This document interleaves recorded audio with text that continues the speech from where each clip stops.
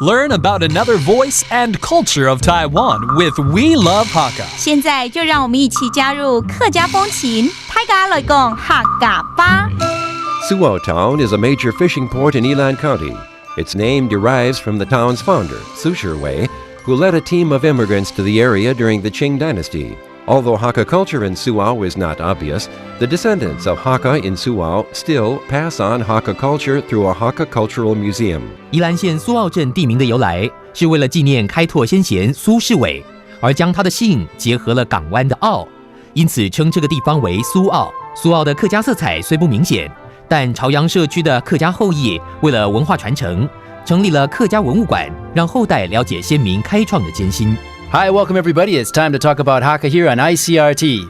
Hello, 大家好，我係阿邊個 Leo。大家好, I'm Tim Berge. You know, Leo, last time we went to the eastern part of the island, I just got so hot. The weather was so hot, so I need a place to cool off today. 那就一定要去蘇澳的冷泉泡一泡。是啊，听起来是很棒啊。So we're gonna go to the cold springs in Suao. 也先教大家一個地名用嚟講蘇澳鎮。Suao Zhen, that must be Suao City, okay? 然後冷泉，冷泉。冷泉就是 cool spring. Okay, that's a great idea. So now that we've cooled off in the cool springs, Leo, you know what my favorite activity is? We gotta go eat. 那我们现在就要去吃东西。吃東西哦，佢就一定要去南方澳。南方澳 What are we going to have at 南方澳就是南方澳。南方澳 Okay, I know that must be on the seaside, so I bet we're going to be having seafood. 是不是我们要去吃海鲜哦？没错。因为南方澳是一个港口，所以那有很新鲜的海鲜，就惠善等等。惠善就是海产，惠善就海产，就是 stuff from the sea， 懂懂。就是很多的意思。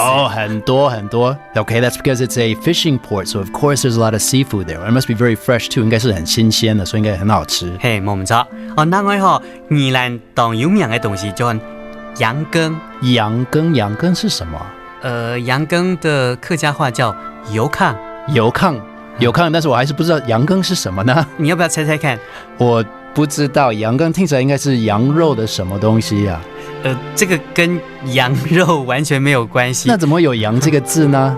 它就是一个日本流传过来的一个甜点。Okay, so it's a type of dessert. Wow, so that sounds great. So after we have the seafood, we can have the yangang to have a nice sweet to finish off our day. That's it for today's Talk About Hakka. I'm Tim Berge. 我係 Leo，什麼大家按次誰張來了。See you next time. 客家風情由行政院客家委員會監製。We Love Hakka has been brought to you by the Executive Yuan's Council for Hakka Affairs.